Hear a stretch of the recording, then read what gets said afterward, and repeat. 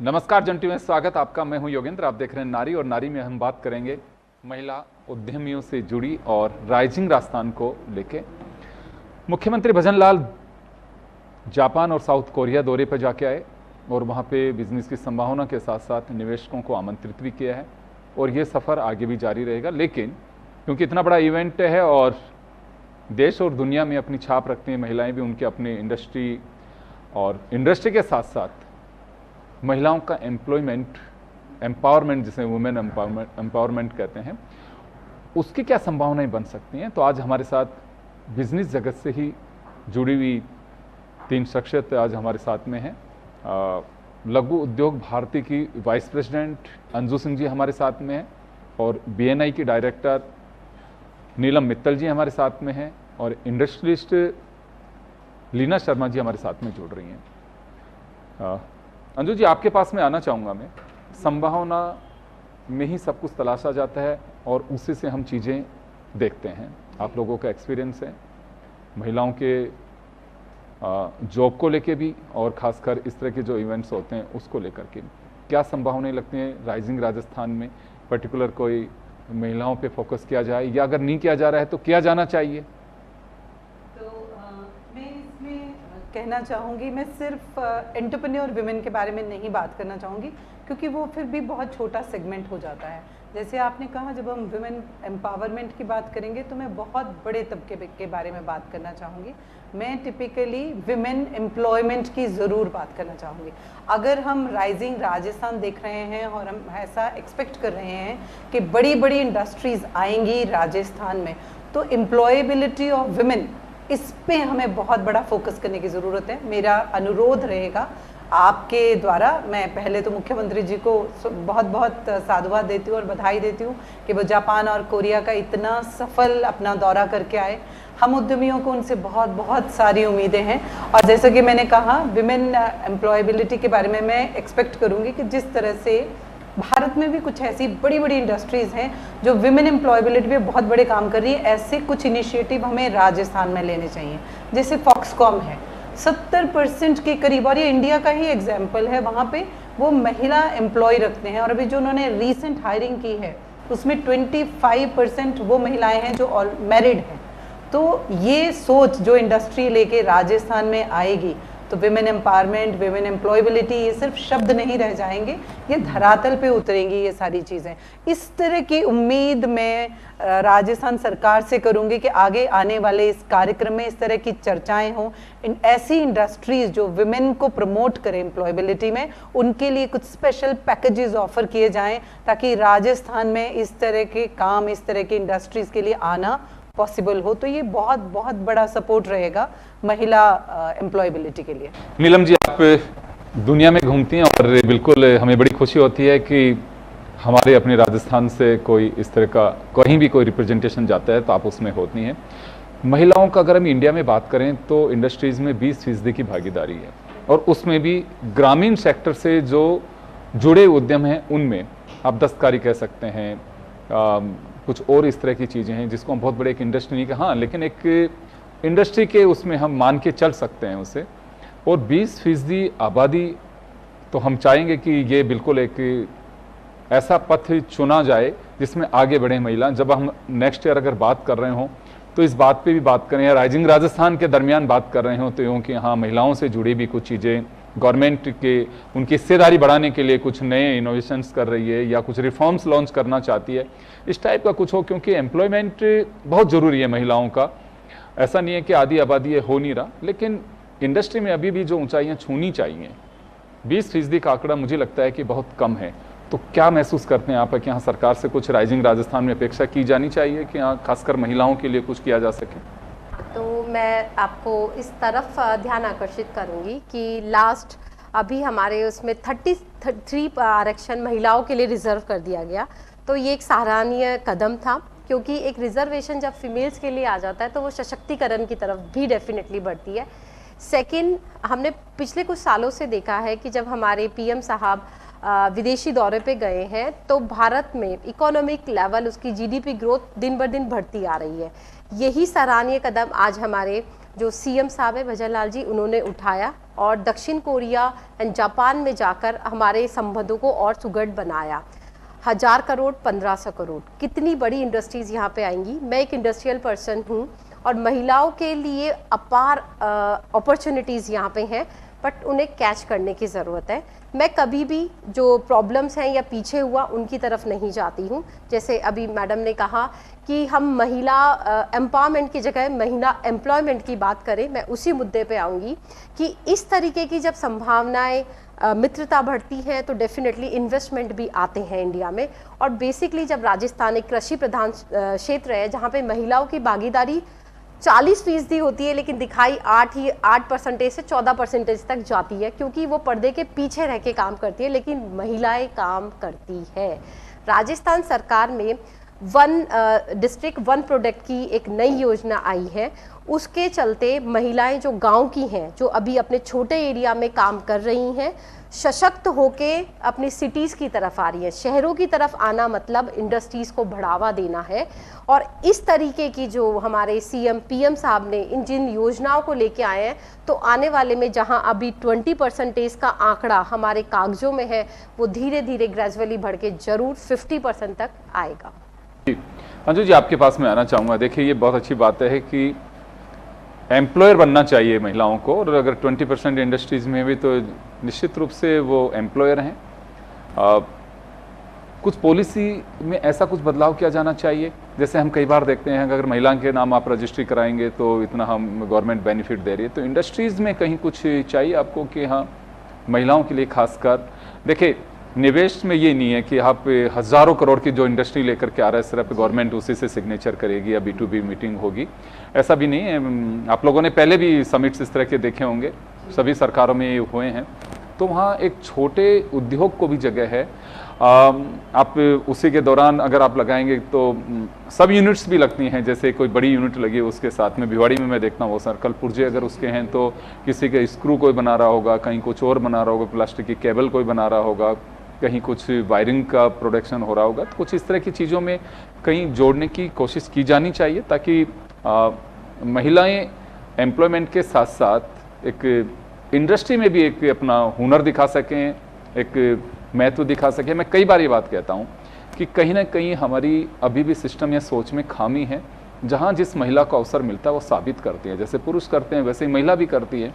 अवसर की बात है, अगर कोई इंडस्ट्री डूबती है तो पुरुष से भी डूब रही हो तो यहाँ कहीं कुछ सोच बदलने की आवश्यकता महसूस करती है। देखिए, सोच तो समाज के स्तर पे बदलने की आवश्यकता है, और जो सरकार के स्तर पे जो हमारी अपेक्षा है, सिंस आज हमारी चर्चा का विषय सरकार है, तो मेरा ये मानना है कि कुछ स्कीम्स ऑलरेडी हैं जो सरकार ने महिला उद्यमियों के लिए कुछ स्पेशल बेनिफिट की चलाई हैं, उनको और एनहेंस करने की और ज़्यादा से ज़्यादा लोगों तक पहुंचाने की ज़रूरत है। अब जैसे लोन की स्कीम्स हैं जिसमें महिलाओं को बिना आप कोई साथ में कोलेटरल के लोन्स मिलते हैं। अब ये लोन सरकार की जो स्कीम है ये बैंकों के द्वारा या जिस महिला को चाहिए वहाँ तक पहुँचे, उसमें जो स्ट्रगल है वो बहुत बड़ा स्ट्रगल है। उसमें हमारे जैसे संगठन लघु उद्योग भारती है, BNI है, इनका बहुत इंपॉर्टेंट रोल हो जाता है, जहां हम एक सेतु की तरह काम करते हैं इंडस्ट्री और सरकार के बीच में कि जो स्कीम सरकार बना रही है वो सिर्फ पेपर में रह के वापस ना चला जाए, उसका फंड, उसका बेनिफिट जो है वो एक महिला उद्यमी तक पहुंचना जरूरी है। यही एफर्ट हम करते हैं। एग्जीबिशंस के लिए सरकार PMS स्कीम देती है, खादी में है जिसमें कि आपको सिर्फ लोन ही नहीं मिलता, साथ में आपको 35% तक सब्सिडी मिलती है। बहुत सारी ऐसी स्कीम्स हैं जिसमें विमेन को, अभी लखपति दीदी है, ऐसी बहुत सारी स्कीम्स हैं। तो स्कीम्स हैं भी, स्कीम्स और बेहतर आनी भी चाहिए, पर उससे भी ज़्यादा ज़रूरी है कि स्कीम महिलाओं तक, जिनको इंडस्ट्रीज लगानी उन तक पहुंचनी चाहिए। और एक और चीज़ जो जिस पे आजकल लघु उद्योग भारती काम कर रहा है, मेरी अगर एक छोटी सी इंडस्ट्री है और मुझे उसमें क्वालिटी इन्हेंस करनी है, मैं अपने स्तर पे R&D नहीं कर सकती, पर हमारे देश में इतनी सारी CSIR के लैब्स हैं, लघु उद्योग भारती ने उनके साथ टाई अप किया है और अपने इंडस्ट्री के जितने मेंबर्स हैं उनको वो अच्छे कम रेट पे जो टेक्नोलॉजी CSIR में पड़ी है वो मिले, उसके लिए हम काम कर रहे हैं। हम अभी तक 20 से ज़्यादा CSIR विजिट कर चुके हैं। अभी हम राजस्थान में पिलानी जाने वाले हैं 17 को, जहाँ पे हम लोग जाएंगे और हमारे साथ इंडस्ट्री के और मेंबर्स जाएंगे और देखेंगे कि उनकी इंडस्ट्री से रिलेटेड कौन सी टेक्नोलॉजी है जो अवेलेबल है, और CSIR हमें उसको रीजनेबल रेट पे अवेलेबल करा रहा है, टेक्नोलॉजी ट्रांसफर होगा। सो ऐसी बहुत सारे एक्शंस हैं जो लेने की ज़रूरत है, जिसमें सरकार का सहयोग चाहिए, और हम जैसे संगठन अगर इन्वॉल्व होंगे तो इंडस्ट्री के लिए बहुत सारी चीज़ें की जा सकती हैं।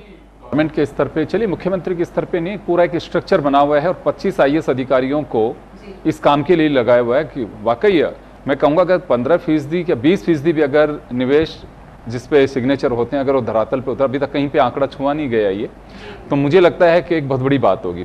सरकार का एक पॉजिटिव इसमें मैं एस्पेक्ट ज़रूर ढूंढ रहा हूँ कि हमेशा अक्सर क्या होता है कि सरकार का 3.5 साल या 4 साल का कार्यकाल होता है, उस समय इस तरह के समिट्स होते हैं। पहले साल में भजनलाल कर रहे हैं, तो आई थिंक रिमेनिंग जो टाइम होगा उनकी गवर्नमेंट का तो उसमें मॉनिटरिंग की जा सकती है, कोई क्यों नहीं आ रहा है उसे बुलाया जाना चाहिए। हालांकि मैं कुछ अधिकारियों से बात की मैंने पहले जो इस तरह के समिट कराए कि देखिए सरकार बदल सकती है, चेहरा बदलता है, लेकिन सरकार का स्ट्रक्चर वही होता है, ब्यूरोक्रेसी होती है, और हर व्यक्ति को चाहिए कि इंडस्ट्रीज आनी चाहिए। हम लोग फॉलोअप तो करते हैं, लेकिन अब आते हैं नहीं आते हैं, हर गवर्नमेंट के साथ बदलने के साथ चीज़ें भी बदल जाती हैं। तो उसमें कभी आप लोगों की कहीं कोई चर्चा हुई है कि यहाँ महिलाओं के लिए भी अगर आप कुछ कर सकें, राइजिंग राजस्थान में पर्टिकुलर एक सेगमेंट ऐसा कुछ बनाएं, या महिला उद्यमी हैं वो कहीं पे भी हैं, अगर दुनिया के किसी कोने में, देश के किसी कोने में, तो राजस्थान में आ सकें? तो देखिए, इस पे हमारी चर्चा सरकार से हर स्तर पे होती है। लघु उद्योग भारती बजट से पहले भी पूरी डिस्कशंस में रीको के साथ अलग अलग जितने भी एसोसिएशंस हैं या जितने भी विभाग हैं सरकार के, वहाँ पे हमें बुलाया जाता है सुझाव देने के लिए। जैसे मैं MSME नेशनल बोर्ड पे भी मैं मेंबर हूँ, वहाँ हम उद्यमियों की बात पहुँचाते हैं। तो लघु उद्योग भारती ये प्रयास कर रहा है। आपने एक बहुत बड़ी बात बोली जिससे सरकार का विजन क्लियर होता है कि उन्होंने ये आयोजन अपने आखिरी साल में नहीं करेंगे वो सरकार के, वो पहले साल में कर रहे हैं। इसी से सरकार की सीरियसनेस नजर आती है, बिकॉज आपको जवाब देना पड़ेगा, हर साल जवाब देना पड़ेगा कि ये जो पहले साल साइन हुए थे उसमें से एक्चुअल इंडस्ट्रीज कितनी लगी हैं, हम पूछ पाएंगे। बहाना नहीं रहेगा भाई हमारे पास तो सरकार ही नहीं रही, नहीं तो हम प्रयास करते। तो इसी से सीरियसनेस, इसी से उनका जो क्लैरिटी नजर आती है कि ये सिर्फ धरातल पे बातें करने की नहीं, इसको धरातल पे उतारना भी है। और आंसरेबिलिटी, आप एज जर्नलिस्ट का सवाल पूछेंगे, हम एज इंडस्ट्री सवाल पूछेंगे, हम सबका ये काम रहेगा कि सरकार की आंसरेबिलिटी रहे, हम पूछें उनसे सही सवाल, ताकि ज़्यादा से ज़्यादा जितने साइन हो उसमें से कितने परसेंटेज धरातल पे इंडस्ट्रीज आ सकें। ये राजस्थान के लिए बहुत ज़्यादा ज़रूरी है, क्योंकि इंडस्ट्रीज़ के मामले में राजस्थान अभी बहुत बहुत पीछे है, और ये हम सब के लिए बहुत ज़रूरी है कि ये नंबर बेहतर हो इस बार। जी नीलम जी, आपके पास में आना चाहूँगा मैं। देखिए बड़ा आयोजन है और इतनी बड़ी एक टीम मुख्यमंत्री ने अपने साथ में लगाई हुई है। क्या कुछ करने की आवश्यकता महसूस करते हैं? क्योंकि बजट पे देखिए अलग संभावनाएं होती हैं, लेकिन ये चीज़ें तो धरातल पे उतारना जरूरी है। सरकार के साथ साथ मुझे लगता है कि अगर कहीं चूक है या कहीं कोई गैप है तो उसे दूर करने की आवश्यकता है, समय है अभी।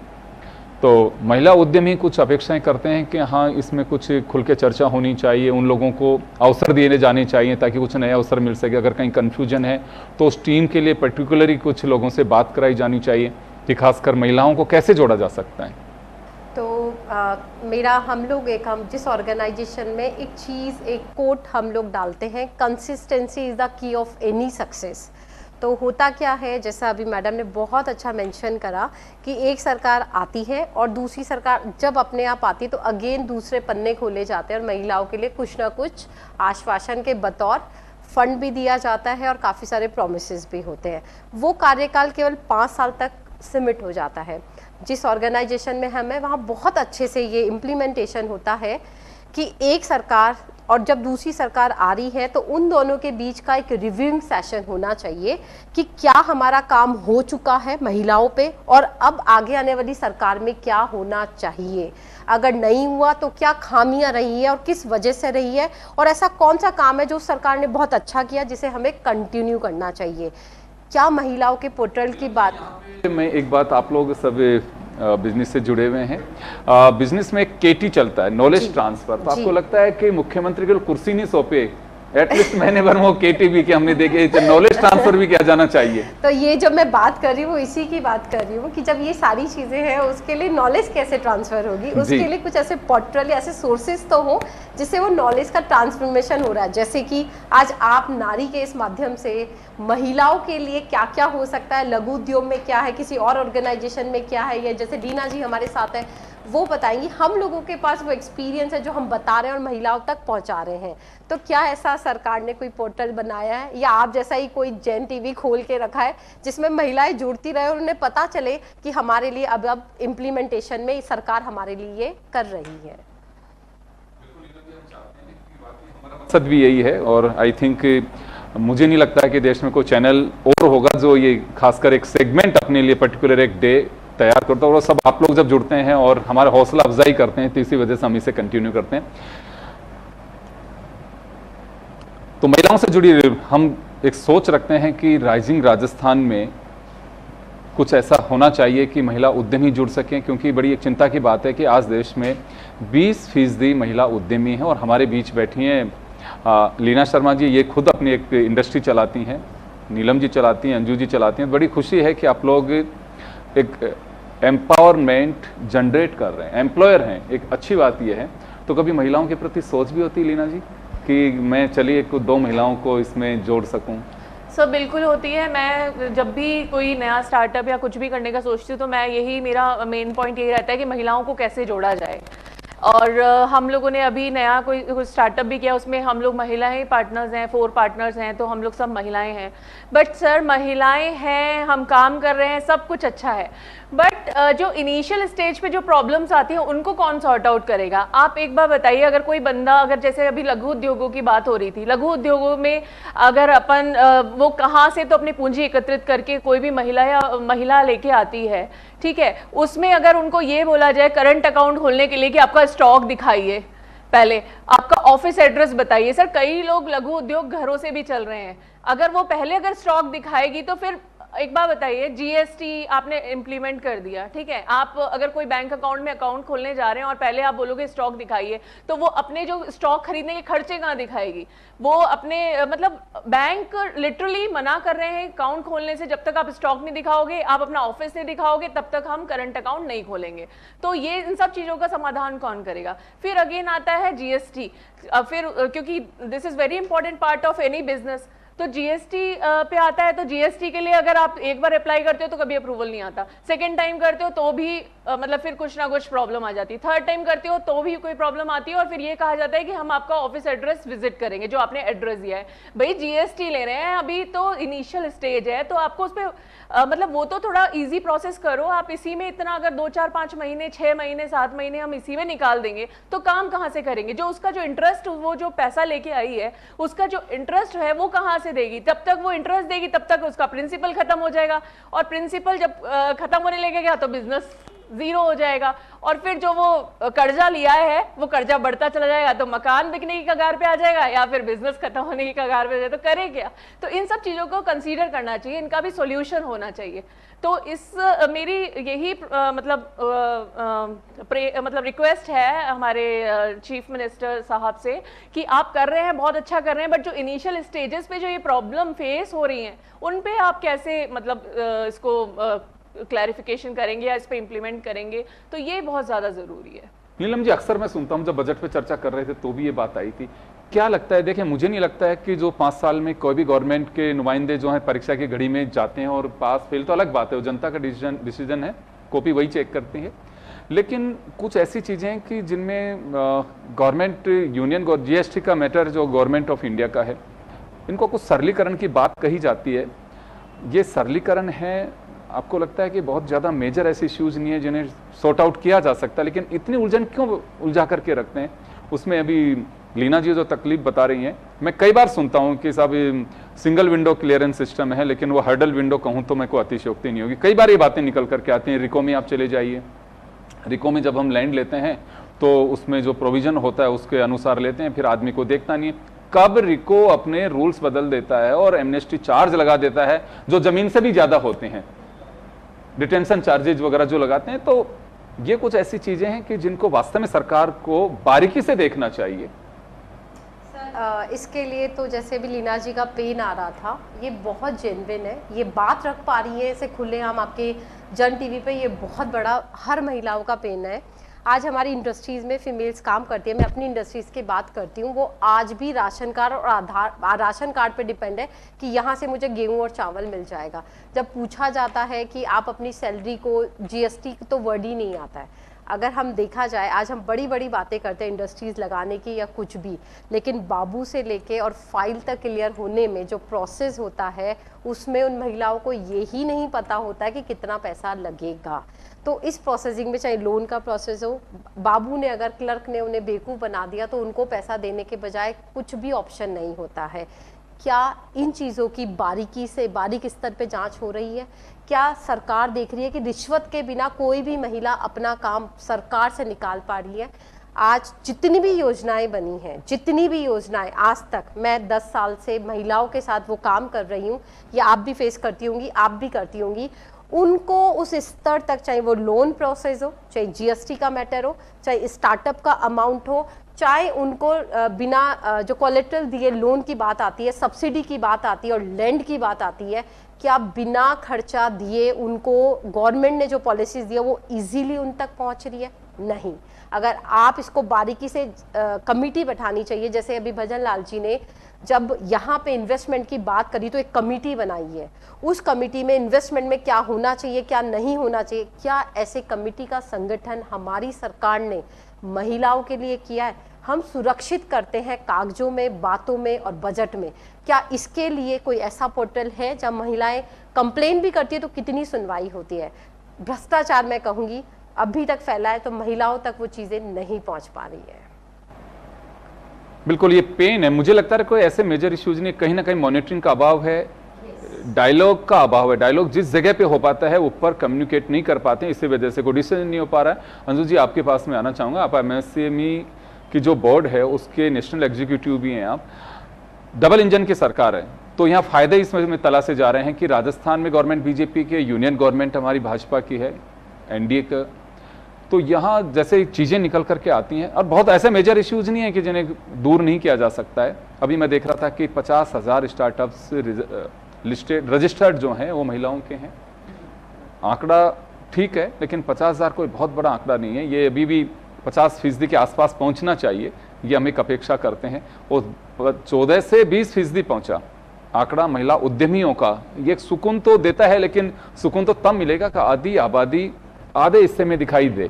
और हालांकि अभी मैं जो तस्वीर देख रहा हूँ भजनलाल जी के साथ में, जितने भी इंडस्ट्रियलिस्ट कोरिया और जापान में दिखे, उनमें 2 महिलाएं मुझे दिखी हैं बस एमओयू सिग्नेचर करती। तो ये मतलब थोड़ा सा यहाँ मैं, लेकिन मुझे नहीं लगता है कि ये सुकून भरी बात हो। ये हिंदुस्तान में आंकड़ा होना चाहिए कि अगली बार जब भी कोई एमओयू सबमिट करें तो उसमें 4 पुरुष हों तो 5 महिलाएं दिखाई देनी चाहिए। मेरी अपनी एक सोच है ये जी। तो ये कुछ ऐसी जो खामियां इनके दुरुस्त करने की आपके भी पास कुछ ऐसी चीजें आती हैं? जी बिल्कुल। हम तो लघु उद्योग भारती में मैं काम करती हूँ और उसमें इंडस्ट्रियलिस्ट सिर्फ पुरुष नहीं, महिलाएं भी हैं। जयपुर में ही हमारे पास 350 के करीब महिला सदस्य हैं। तो ये बहुत सारी समस्याएं जो आती हैं, जो मैं सुन रही हूँ, लीना जी ने बोली या नेहा जी ने बोली, ये सब बिल्कुल आती हैं, नीलम जी ने बोली। पर इसमें कुछ विषय हैं, जैसे आपने कहा कोरिया में आपको सिर्फ 2 महिलाएं दिखी। भारत बहुत सारे देशों से बहुत बेहतर काम कर रही है महिलाएं। मैं अभी ILO में थी, जेनेवा गई थी, वहाँ पे मैंने इंडियन एम्प्लॉयर टीम को रिप्रेजेंट किया ILO की कॉन्फ्रेंस में। दुनिया भर में महिलाओं की संख्या 50% भागीदारी हो गई है। ऐसा नहीं है कि हम पीछे हैं और वो आगे, पर हमें और बेहतर करने की ज़रूरत है, हमारी संख्या और बेहतर होने की ज़रूरत है। इसमें सबसे ज़्यादा जो कठिनाई आती है ना एंटरप्रेन्योर बनने में, जो कि लीना जी ने कहा, वो है फंड की, लोन मिलने की जो कठिनाई होती है। जबकि महिलाएं जो लोन लेती हैं उसमें NPA सबसे कम होता है, उसके बावजूद महिलाओं को लोन मिलने में दिक्कत आती है। इसमें सरकार का सहयोग, क्योंकि सरकार पॉलिसीज तो ले आती है पर उसको ढंग से बैंक्स में इम्प्लीमेंटेशन हो रहा है या नहीं। आपने बोल तो दिया बिना कोलेट्रल के मिल जाएगा, पर क्या बैंक्स उस बात को सपोर्ट कर रहे हैं? नहीं। उसमें और ज़्यादा ध्यान देने की ज़रूरत है और ज़्यादा सजगता से काम करने की ज़रूरत है। जैसा आप कह रहे थे या नीलम जी भी बोल रही थी कि डेटा भी निकालना चाहिए कि एक्चुअल में कितनी एप्लीकेशन विमेन की गई और कितनों पे काम हुआ, कितनों को पॉजिटिव रिस्पांस मिला, इस सब के काम, इस पे सब पे इवैल्यूएट करने की ज़रूरत है। बहुत कुछ किया जा रहा है बट अभी बहुत आगे की जर्नी लंबी है। बट मुझे ऐसा विश्वास है कि हम जिस तरह से लगे हुए हैं, हम अलग अलग संगठन, सरकार की सोच, आप सजग जर्नलिस्ट, तो हम ज़रूर इस पे 50% तक पहुंचाएंगे और नेक्स्ट जनरेशन जो है हमसे और ज़्यादा बेहतर एम्प्लॉयमेंट के मार्केट में आएगी, क्योंकि हमारी जनरेशन तक सभी महिलाएं काम करें ज़रूरी नहीं माना जाता था। पर अब नेक्स्ट जनरेशन में तो लड़के हों या लड़कियां हों, हर कोई काम करना चाहता है। हर एक के लिए करियर होना एक बेसिक चीज़ हो गई है। तो हम इससे बेहतर, जैसे कहते हैं ना, पार्टनरशिप देखेंगे कि 50% तक इन्वॉल्वमेंट होगा विमेन का। बट हाँ, अभी समय लगेगा। हम ये सोचें कि आज के आज हो जाएगा तो ऐसा नहीं, बट ये 20 से 50% तक का सफ़र हम सब मिलकर ज़रूर तय करेंगे, ऐसा मेरा विश्वास है। हम बचपन से सुनते आ रहे हैं कि 2 पहिए वाली साइकिल होती है ज़िंदगी, जिसमें महिला और पुरुष दोनों चलाते हैं। पहले का तो पता नहीं कितने, हाँ, गृहस्थी चलाती थी महिलाएं, आदमी कमाने के लिए जा रहा है, लेकिन आज वास्तव में एक ज़रूरत भी है और उसी तरह से देखना चाहिए कि एक आदमी से काम नहीं चलता, दोनों मिलकर कमाते हैं। और कमाने का मतलब ये है कि नहीं आर्थिक, लेकिन महिलाओं को इस बात का एहसास और वो जिम्मेदारी महसूस कराने के लिए कि हाँ, ये कर सकता है, मैं भी कर सकता हूँ। और एक बड़ी बात है ये जो आपने कहा कि एनपीए की जो बात है, वाकई मैं खुद भी इस बात को लेकर के चेक कर रहा था मैं कि एनपीए में रेशो अगर देखें महिला से जुड़ी इंडस्ट्रीज जिसकी ऑनरशिप उसके पास में, उसमें और उसमें कितना अंतर है। तो सबसे बड़ी बात तो यह है कि बड़ी इंडस्ट्री जो मैं देख रहा था टॉप 10 में, उसमें एक आध महिलाओं के पास में है।